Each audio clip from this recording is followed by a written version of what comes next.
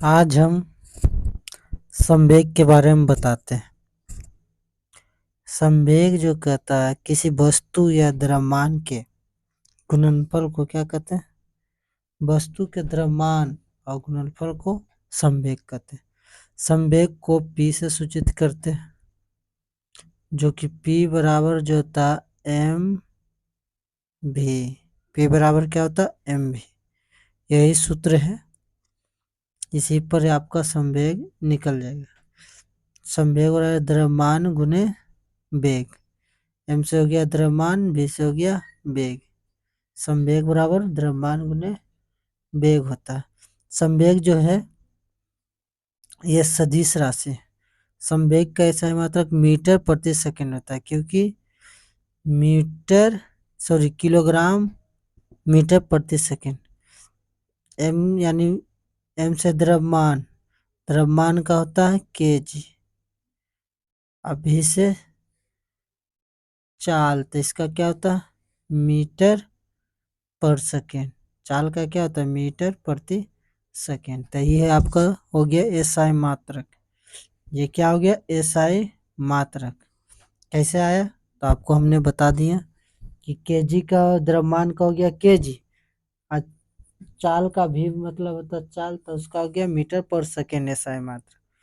तो संवेग का एसआई मात्रक केजी मीटर पर सेकेंड। अब आइए आपको आगे बताते हैं न्यूटन के द्वितीय नियम। न्यूटन के द्वितीय नियम कहता है किसी वस्तु के संवेग में परिवर्तन दर उस वस्तु पर लगे बल के समानुपाती और परिवर्तन उस बल की दिशा में, यानी उस बल के दिशा में हो। द्रव्यमान आपका दिया हुआ है एम, उस पर जो वेग लग रहा है, प्रारंभिक वेग को हम यू से सूचित करते हैं।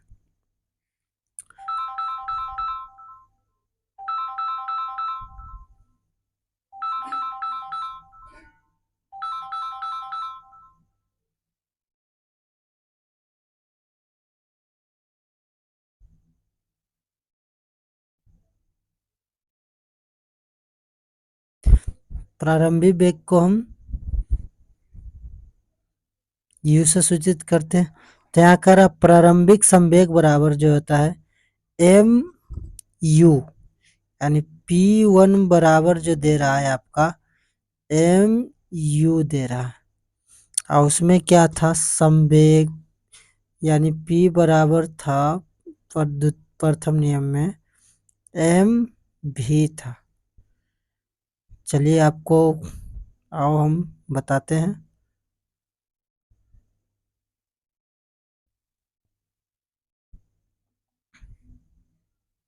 आगे आते हैं।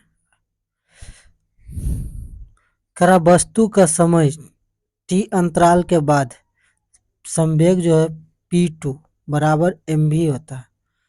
समय के वस्तु के समय के परिवर्तन में P2 माइनस P1।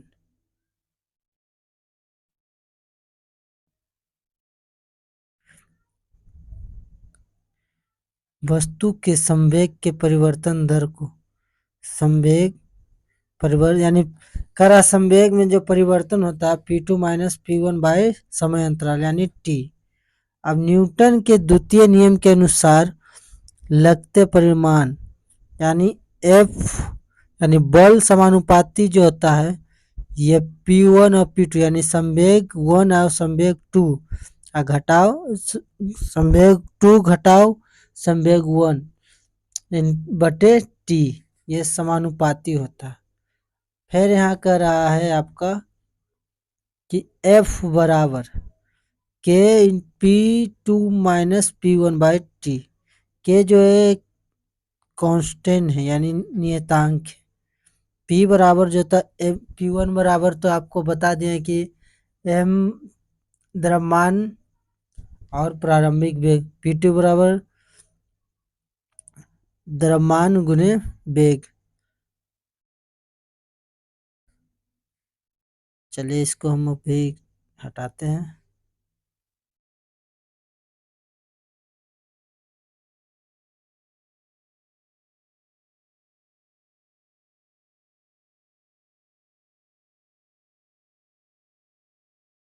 अब आइए करस एक नियम जो है ये आपको गति में बताया गया था, v बराबर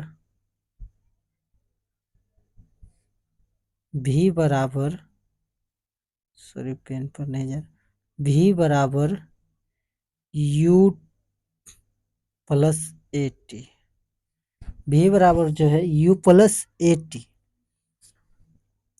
तो इसी से देखिए v बराबर u प्लस ए टी, यानी वेग बराबर u से हो गया प्रारंभिक, ए से हो गया त्वरण। अब इसी से अब हमको a बराबर पूछेगा, तो a बराबर करेंगे तो v माइनस u बटे टी, सेम इसी से बना। क्यों? क्योंकि देखिए यहाँ u इधर प्लस में इधर जाएगा तो माइनस में होगा, आइए ए टी गुना है, ये तिरछा गुना करेंगे तो ए टी हो जाएगा। आगे आइए, आगे बात करा एफ बराबर द्रव्यमान गुना त्वरण, यानी न्यूटन के द्वितीय नियम जो बताता है एफ बराबर द्रव्यमान गुने त्वरण, ऐसे क्या होता है त्वरण। तो न्यूटन के दूसरे नियम जो कहता है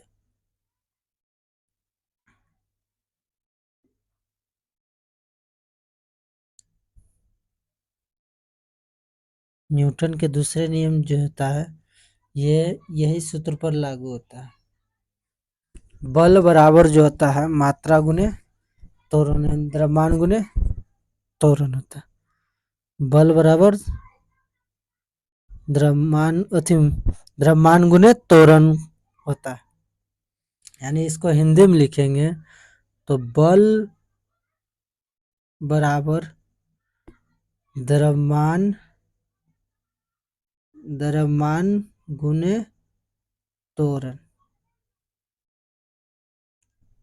हिंदी में लिखेंगे तो द्रव्यमान गुने त्वरण होगा। बल बराबर जो होता है द्रव्यमान गुने त्वरण, यह न्यूटन के द्वितीय नियम पर लागू है। प्रथम नियम जो है आपको P बराबर mv, यानी इसमें जो कर रहा है प्रथम नियम में P बराबर mv, यानी संवेग बराबर द्रव्यमान गुने वेग, इसका हो जाएगा kg मीटर पर, इसका हो जाएगा द्रव्यमान का kg और त्वरण का हो जाएगा मीटर प्रति सेकेंड स्क्वायर, या बल बराबर न्यूटन भी इसको बोलते हैं। बल का जो होता है न्यूटन भी होता है, बल का क्या होता है न्यूटन भी होता है।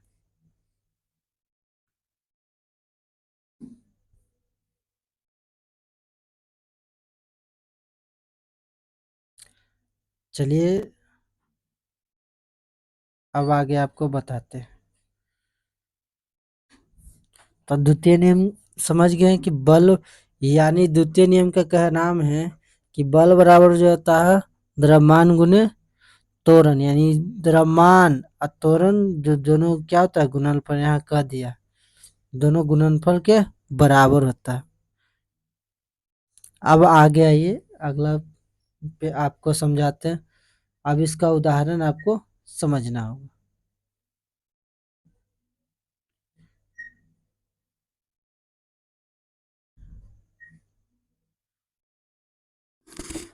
चलिए आगे इसको बताते हैं आपको।